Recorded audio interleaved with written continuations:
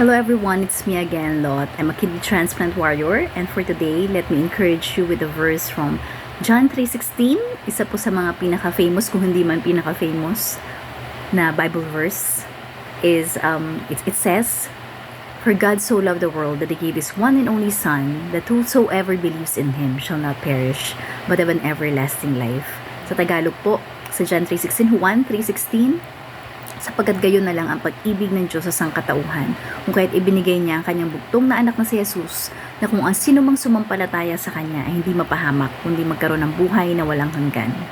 So may tanong po ako, minsan ba nararamdaman nyo na you are unloved, or walang nagmamahal sa inyo, or hindi kayo mahalaga sa ibang tao?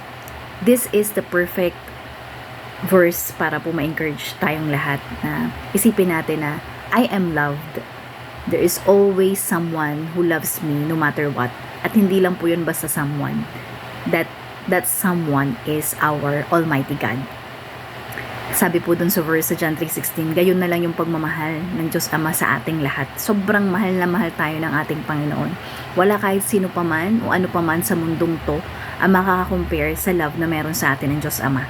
Kahit po yan ay magulang natin o asawa o anak o kapatid, kapamilya, hindi po matatapatan yung klase ng pag-ibig na meron sa atin ang ating Panginoon.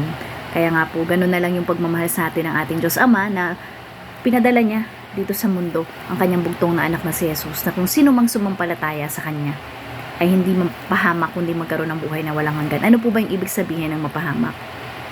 It means na hindi tayo pupunta sa hell kasi tayong lahat makasalanan. Alam naman po natin yan. Sa isip pa lang nagkasala na tayo.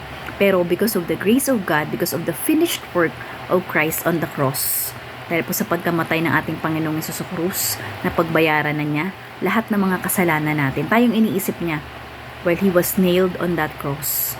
Kaya po siya, sino po ba Diyos? Yung bababa, nasa langit na siya, bababa pa siya dito sa lupa, magkakatawang tao, at hahayaan niya ang mga tao na alipustain siya at ipako sa krus. Ang tanging ang Panginoon lang po yung makakagawa nun para sa atin. And that is because He wanted to give us eternal life in heaven.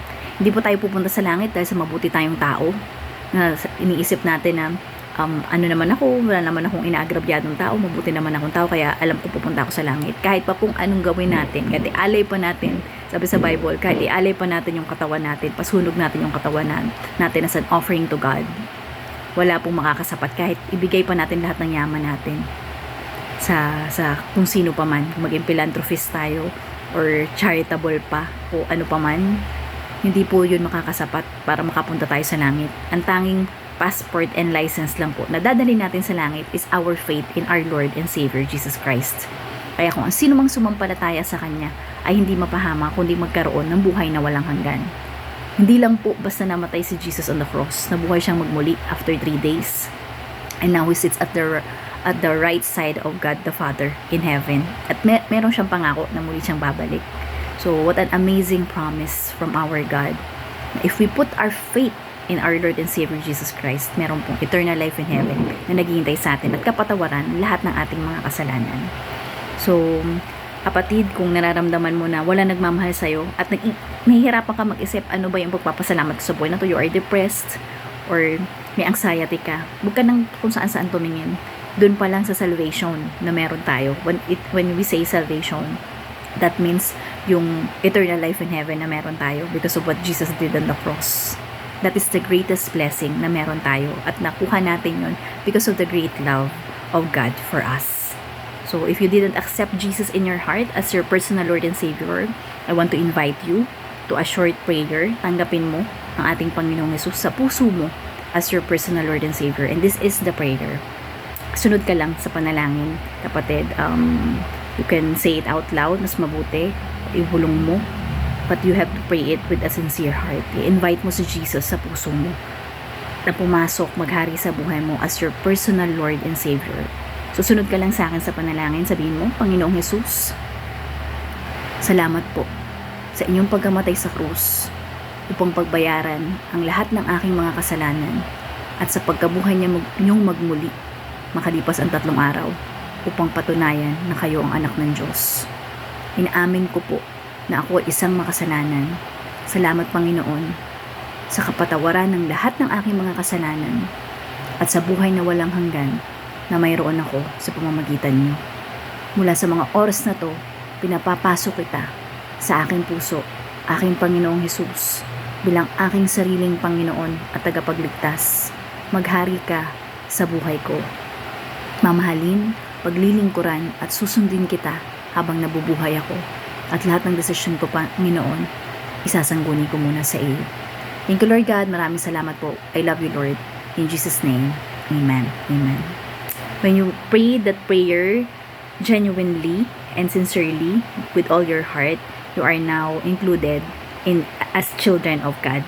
At meron ka ng buhay na walang hanggan sa langit. At marami, libo-libong mga anghel ang nagbubunyi or nagsa-celebrate ngayon sa langit dahil sa isang makasalanan na nagsisi. So I invite you, hindi dito natatapos. Nagkaroon na ng seed of faith sa heart mo. Meron ka ng salvation. You are saved and you are assured na anytime na mamatay ka, tawagan tayo ng ating Panginoon kasi we don't know kung kailan mangyayari ang kamatayan kasi 'di ba para siyang magnanakaw. Hindi natin alam kahit pumalakas tayo or malusog tayo. Pero we have an assurance of salvation. That means anytime na kunin tayo ng ating Panginoon, we can be assured na sa langit tayo pupunta. Again, not because we are good people, but because of our faith in our Lord and Savior Jesus Christ. At sabi nga sa Bible, 'di ba? If anyone is in Christ, he is a new creation, the old is gone, and the new has come. So, bago ka nang nilalang ngayon, and I pray and declare in the mighty name of Jesus na patuloy kang itatransform ng ating Panginoon through the power of the Holy Spirit na nag-i-indwell nasa iyo na ngayon when you receive Jesus in your heart as your personal Lord and Savior. Nandun na siya sa iyo because your body now is the temple of the Holy Spirit when you accepted Jesus in your heart as your personal Lord and Savior. So, I would suggest if there is a Bible-believing church near you, attend ka lang, magpa-disciple ka, magpa-mentor ka sa mga kapwa mo Kristiyano, umattend ka ng mga Bible study groups, magbasa ng Bible, mag-pray, and obey the Lord. Most importantly din, hindi basta nakikinig lang or nagbabasa ng salita ng Diyos, but you have to obey and witness for Christ. Ibig sabihin, share the gospel when the perfect time comes. It is an exciting journey to be a Christian. I'm so excited for you. Hindi naman pinangako ni Lord na tayo ay pag Kristiyano na you will walk in a garden of roses o higa tayo sa garden of roses. Hindi ganun.